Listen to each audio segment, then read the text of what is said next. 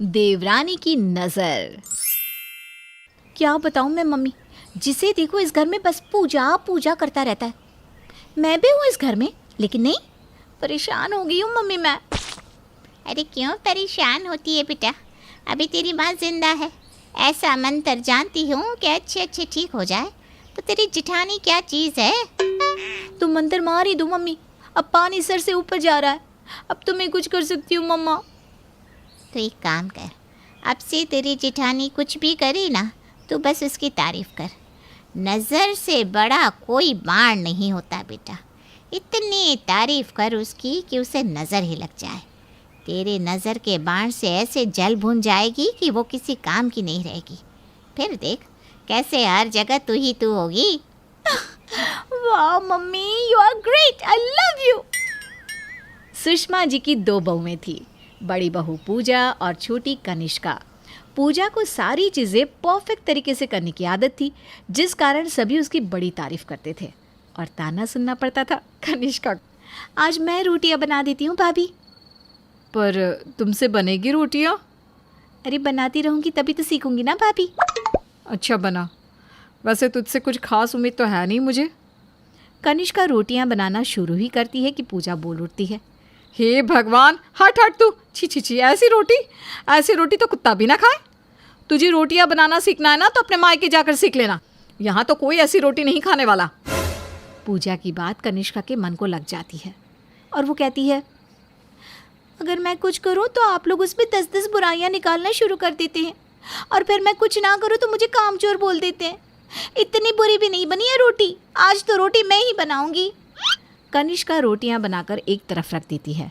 पूजा सब्जी की तैयारी कर देती है और रात का खाना तैयार होकर डाइनिंग टेबल पर लगा दिया जाता है। अरे पूजा बहू, तेरी उंगली में चोट लगी है क्या?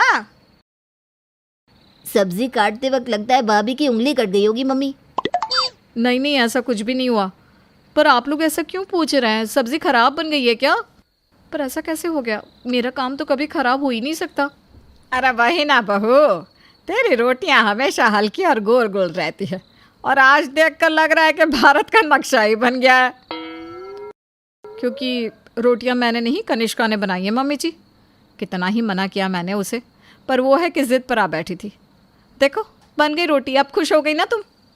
तुम्हें कितनी बार मना किया है कनिष्का, किचन का काम तो मत ही किया करो। थका हारा ऑफिस से आया था, जो भूख थी वो भी इन रोटियों को देखकर खत्म हो गई।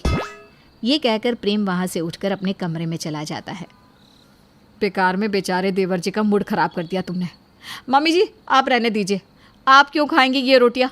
आपने कौन सा गुनाह किया है? इन रोटियों को मैं कुत्तों को दे दूंगी। मैं ना अभी जाकर आप सबके लिए गर्मा गर्म रोटियां बना कर लाती हूँ। अगली सुबह कनिष्का रसोई में ना जाकर पूरे घर की सफाई करती है। आज तो पक्का सब खुश होंगे। तभी सुषमा वहाँ आती है। मेरी दवाइयों का प्रिस्क्रिप्शन नहीं मिल रहा, देखा है क्या बहू? ऐसी क्या सफाई की तूने कनिष्का कि मम्मी जी का प्रिस्क्रिप्शन ही खो गया? अब क्या होगा? तभी वहाँ प्रेम आता है और सोफे के नीचे झांकते हुए कहता है, ये है इनकी सफाई। बताओ भाभी, पूरी धूल मिट्टी जमी हुई है। अपनी सारी कोशिशों के बाद भी कनिष्का को अपने ससुराल में मिलते थे तो बस ताने, जिसे सुनते सुनते अब वो परेशान हो जाती है और अपनी माँ को फ़ोन लगाती है।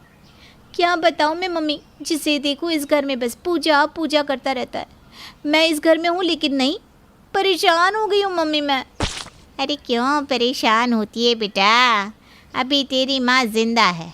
ऐसा मंत्र जानती हूँ कि अच्छे अच्छे ठीक हो जाए। तो तेरी जिठानी क्या चीज़ है? तो मंत्र मारी दो मम्मी, अब पानी सर से ऊपर जा रहा है, अब तुम ही कुछ कर सकती हो। तो एक काम कर, अब से तेरी जिठानी कुछ भी करे ना तो तू बस उसकी तारीफ कर। नज़र से बड़ा कोई बाण नहीं होता बेटा। इतनी तारीफ कर उसकी कि उसे नज़र ही लग जाए। तेरी नज़र के बाण से ऐसे जल भुन जाएगी वो कि किसी काम की ही नहीं रहेगी। फिर देख कैसे हर जगह तू ही तू होगी। वाह mummy, you are great, I love you. Kanishka कमरे से बाहर जाती है और अपनी जिठानी से कहती है, बाप रे भाभी, कितनी सुंदर साड़ी है ये, देखते ही बनती है। मान गए भाभी आपकी पसंद को। सही में आज पहली बार तूने मेरी साड़ी की तारीफ़ की है। हाँ नहीं तो क्या भाभी। अब चलिए ना, किचन में मुझे देखना है कि आप कैसे खाना बनाती है। वो क्या गोल गोल मस्त रोटियां होती है ना आपकी, वही। कनिष्का एक भी मौका नहीं छोड़ती पूजा की तारीफ़ करने का, और 24 घंटे बस उसकी तारीफ़ करती रहती है। हाँ तो हो गई, 2 दिन हो गए पर भाभी को तो कोई नज़र लगी ही नहीं। एक बार और ट्राई करती हूँ। बाप रे बाप भाभी, आपके बाल कितने घने और बड़े हैं, और एक मैं हूँ जो गंजी होती जा रही हूँ, है ना प्रेम जी? बात तो सही है कनिष्का, अपने बालों को देखो और भाभी के बालों को, कितना फ़र्क है कि नहीं? बात तो तेरी सही है बेटा। शाम को सभी मार्केट जाने के लिए तैयार होते हैं। तो बताओ कनिष्का, कौन से रेस्टोरेंट चले आज? आज जहाँ तुम बोलोगी वहीं चलेंगे। भाभी आप बताओ ना कौन से रेस्टोरेंट जाए। आपकी ज़ुबान तो इतनी पारखी है कि किसी भी रेस्टोरेंट का बेस्ट खाना पता करना हो तो कोई आपसे पूछे। वो तो है ही, ऐसे ही नहीं इस घर के सभी लोग किसी भी रेस्टोरेंट में जाने के पहले मुझे कॉल करके पूछते हैं। पहली बार कनिष्का ने समझदारी की बात की है कि नहीं पापा? तो भाभी आप बताओ, कहाँ जाना है वहीं जाएंगे। बेचारी कनिष्का, उसकी तो नज़र पूजा को लगी नहीं रही थी, जिससे परेशान होकर अब वो सोच लेती है कि वो अपने ससुराल में नहीं रहेगी, और वो अपना सामान बांधकर घर से जाने को तैयार हो जाती है। देख पूजा, कितना भी समझा लो इसे, पर यह है कि आज तक इससे भूल चुक होती ही रहती है, मानो कल ही ब्याह कर आई हो।